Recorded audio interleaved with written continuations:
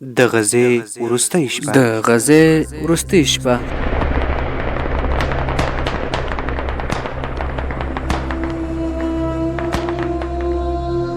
کله چې له قبر څخه را وګرځېدو، یوه نجلۍ مو ولیده چې له پښو څخه یې وینې څڅېدې. یوې خور کې له ویرې څه ماشوم غېږ کې نیولې،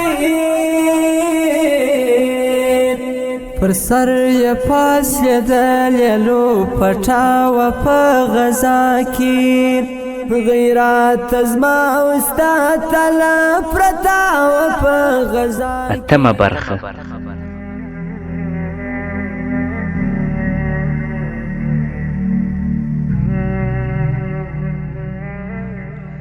الحمد لله وكفى والصلاة والسلام على رسوله خير الورى أما بعد.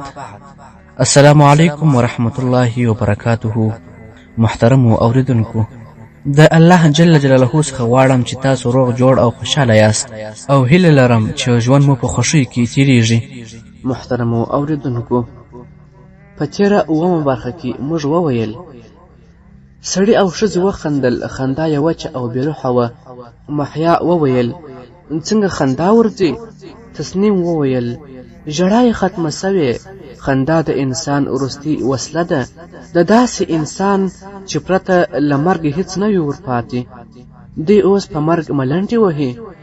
محترمو اوریدونکو، د پنډغالۍ په هواره څنډه کې یو هلک د ودانیو له وړوکو ټوټو نه څه جوړول.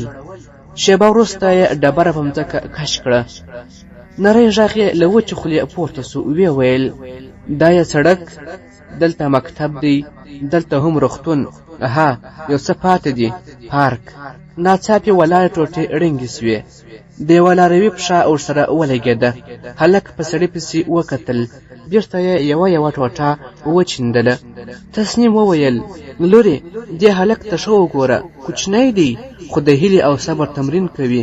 غزه چې هر څومره ونړېږي، دی یې پوره نقشه په ذهن کې لري. دا تر ټولو پیاوړی ذهن دی، د ښکلا ذهن. ګردجن سهار د پنډغالۍ په څنډو خور و. تسنیم او محیا تازه له هدیرې راګرځېدلې وې. د ودانیو د ټوټو په منځ کې یې یوه په عمر پخه ښځه ولیدل. ګڼ ماشومان ترې تاو وه. نږدې ورغلې. ښځې دوې مړې مرغۍ څنګ په څنګ ایښې وې. خیرنه ټوټه یې په سرو بڼکو پرته وه. ښځې په ویرجن غږ نارې وهلې. ویل یې د شنو باغونو په لور مو پرواز مبارک سه. تاسو خو الوتی سوای، زموږ په څیر خو بې وزرونه نه وئ، ولې پاته سواست؟ یوه هلک وپوښتل ترورې، د مرغیو جنت چیرته دی؟ تسنیم په نمځکو سترګو ښځې ته ځیره وه. لاس یې په سینه کښېښود. سړه ساه یې واخیسته. محیا وویل خوږکې ولې داسې کوې؟ تسنیم وویل له دې لپاره چې ژوند ته درناوی وکړي. محیا وویل مرغۍ خو مړې دي. تسنیم وویل ژوند ته درناوی د مرګ له درناوي راټوکېږي. دا ښځه ماشومانو ته ښیي چې د مرغیو مرګ هم ویر دی. دې نړۍ کې د انسانانو مرګ عادي سوی، د مرغیو مرګ یې لوی کړ، څو وښیي چې د غزې غمیزه لویه ده. قدرمنو اوریدونکو، یوه سړی د پنډغالۍ د سړک په منځ کې ناست و. تاو راتاو ږیره یې په خارو سپېره وه. د سړي مخې ته ګڼ کتابونه چینېدل سوي وه، ځینې په وینو سره وه. محیا وویل مورې دا یې له کومه کړې؟ تسلیم لا خبره نه وه کړې چې سړي وویل له کنډوالو مې راټول کړې. دا د فزیک کتاب دی. دغه کتابچه د یوې نجلۍ ده، مریم نومېده. همدا نیمه برخه یې ګوتو ته راغله. وګوره دلته خپله خاطره لیکلې. نن مې د پلار سره د مدیترانې سیند ته په چکر تللی وم. پلار مې ویل چې د سیند څپې د ځمکې ساه ده. سړي کتابچه بېرته کښېښوده. ویې ویل لا یې هم د عطرو بوی لګېږي. تسنیم وویل وروره یو ځل یې راکه. تسنیم د کتابچې پاڼې پزې ته ونیولې. د سنځلو د عطرو خوږ بوی یې حس کړ. سړه ساه یې وایستل. ویې ویل وروره له ځانه سره یې وړی سم؟ سړي وویل نه، دا کتابچه او کتابونه مې د وجود یوه برخه ګرځېدلې. تسنیم او محیا ګامونه پورته کړه. د لارې په نیمایي کې تسنیم د محیا لاس ټینګ ونیوی. ورو یې وویل لورې هغه سړی په خاموشي کې جنګېدی. محیا وویل ما خو یې وسله ونه لیدل. تسنیم وویل لورې هغه تر ټولو پیاوړه وسله درلوده، ټولیزه حافظه.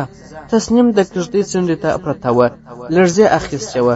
کله به چې د ماحیا او فرحان سترګې پرې ولګېدې، څهره به یې وغوړېده، خو په مخ یې غم او لوږه نڅېدل. له غوټو سترګو یې تورې حلقې تاوې وې، غومبرې یې ژور ښکارېدل، په مخ نری پوست یې زیړ برېښېده. زړه یې تنګ سو، ډنګر ځان یې په نمجنه کږدۍ کې نه ځایېده. په مغزو یې تبې خوله شخه کړې وه، لاسونه یې تکیه کړل، نرمه راپاڅېدل، له کږدۍ ووتل. وړاندې د اوبو ذخیرې ته ودرېدله، سرپوښ یې لرې کړ، د اوبو له پاسه په ګرده دایره کې یې مخ ښکاره سو. شاته یې ګامونه واخیستل، ساه یې بنده سوه، داسې ښکارېده لکه له خپلې څېرې چې ویلېدلې وي. ځای په ځای ودرېدله، سترګو ته یې تېره زمانه نیغه سوه. ویې ویل: د سپینو او سرو ګلابو ګېډۍ د میز په سر پرته وه، د محمود بدن په محفلي جامو کې هډور ښکارېدی. تسنیم د واده سپینې جامې اغوستې وې، غوښلن ګرد مخ یې سپین ځلېد. تسنیم او محمود د قرآن کریم څو آیاتونه تلاوت کړل. ورپسې یوه سپین ږیري 3 ځلې وپوښتل: محموده زویه، قبوله دې ده؟ د محمود شونډې مسکا وغوړولې. ویې ویل: هو کې قبوله مې ده. سپین ږیري غوږ کوږ کړ. څه؟ سم مې وانه اورېدل. محمود بیا وویل: قبوله مې ده. سپین ږیري غاړه تازه کړه. ویې ویل: زویه، یو څه ژوندی سه، داسې ښکارې لکه سر له اوسه چې د کور واک درڅخه اخیستی وي. ټول وخندل. محمود په خندا کې غږ لوړ کړ: قبوله مې ده. سپین ږیري تسنیم ته وکتل، سر یې ځړولی و. سپین ږیري وویل: لورې، لکه چې د محمود لوړ غږ وویرولې. سپین ږیري هم هغسې پوښتنه 3 ځلې له تسنیم وپوښتله. تسنیم 2 ځله د هو ځواب ورکړ. په 3م ځل یې حیا کې سترګې د محمود لوري ته کږې کړې. د محمود په ټنډه مړه خوله پرته وه. تسنیم وویل: هو، قبول مې دی. سپین ږیري له نکاح وروسته اوږده دعا وکړه. محمود ته یې وویل: زویه، د رسول الله صلی الله علیه وسلم وروستی وصیت د ښځو په اړه و. له خدای ویره پکار ده، له ښځې سره ښه کوه. بیا یې تسنیم ته وویل: لورې، کله خدای وروسته سجده بل چاته روا وایي، ښځې به خپل میړو ته په سجده مکلفې وي. د اولادونو پالنه او روزنه کې ښځه او نر ګډه ونډه لري. خلک چوپه خوله ناست وه. سپین ږیري په لوړ غږ وویل: ای خلکو، خپل اولادونه د اسلام په ارزښتونو لوی کړئ. ژوند لنډ دی، ځواني نه پاتې کیږي، خو د ځواني نیک اعمال تل شنه او زرغون وي. 2 هلکانو یو په بل پسې منډې وهلې. د یوه پښه له خالي بشکې سره ولګېده. د تسنیم څنګ ته ودرېدی. د تېرو یادونو ډیوه یې په ذهن کې مړه سوه.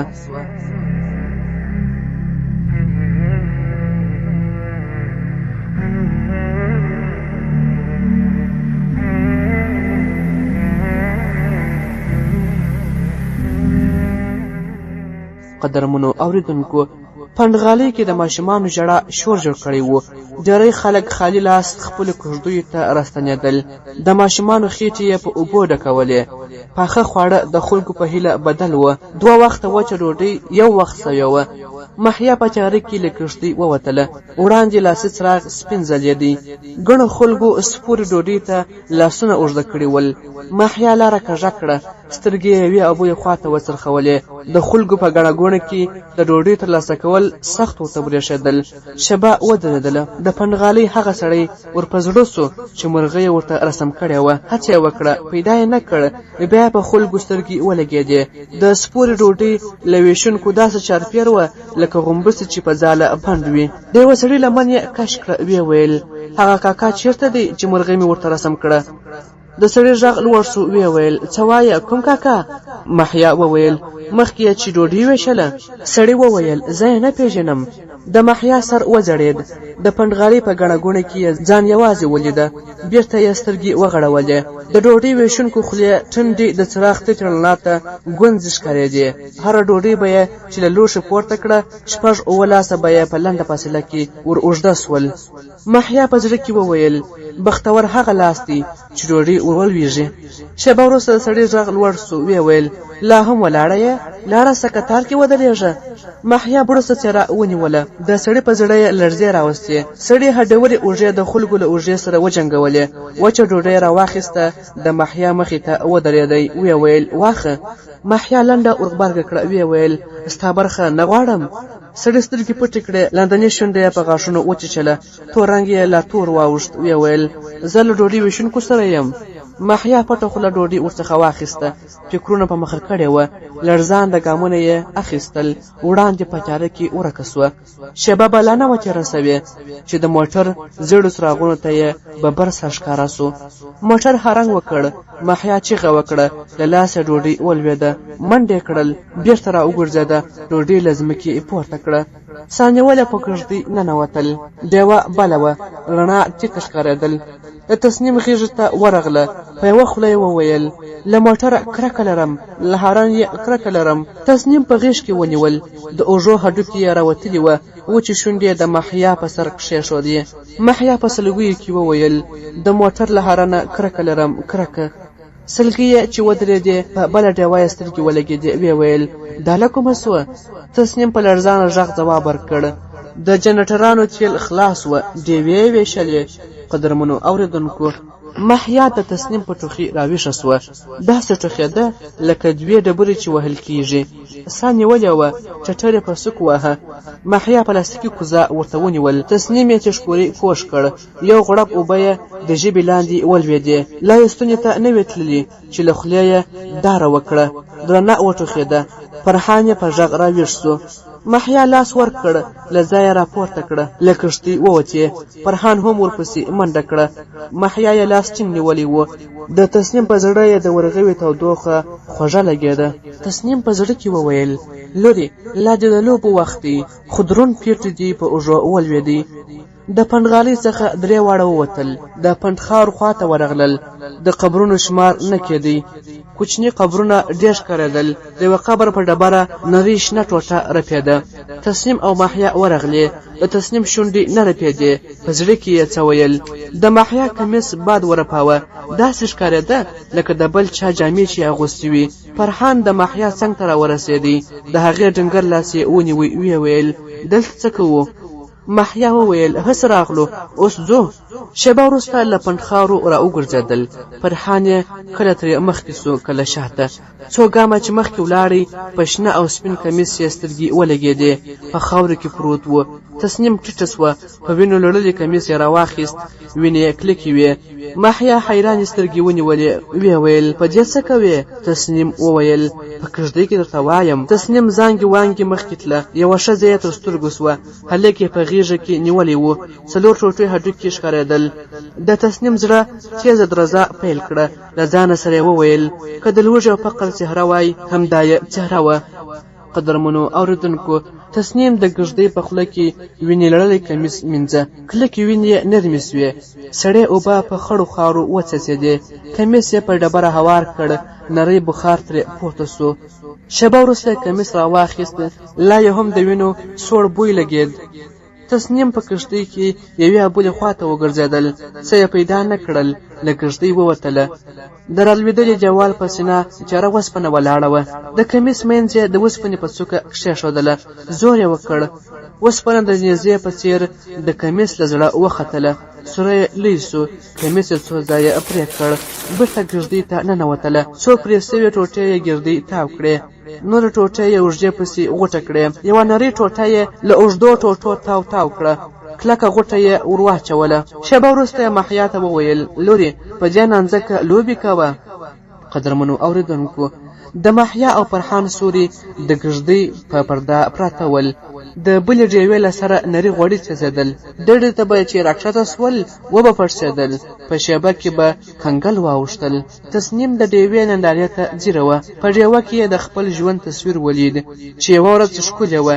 د جنګ او فقر لمبو یې ژوند ویلې کړ. هیلو یې د ډیوې د غوړو په څېر تېښته ترې وکړه. اوس پنډغالۍ کې ژوند کنګل ورته ښکارېده. تصنیم بیا ډیوې ته ځیره سوه.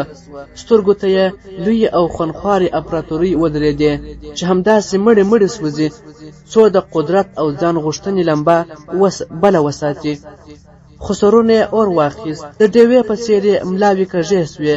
یوې زورورې څپې یې ملاوې ورماتې کړې. فرحان چیغه وکړه مورې ډیوه. تسنیم سترګې رډې کړې. د ډیوې زړه لمبه باد یوې او بلې خوا ته نڅوله وړاندې لاړه.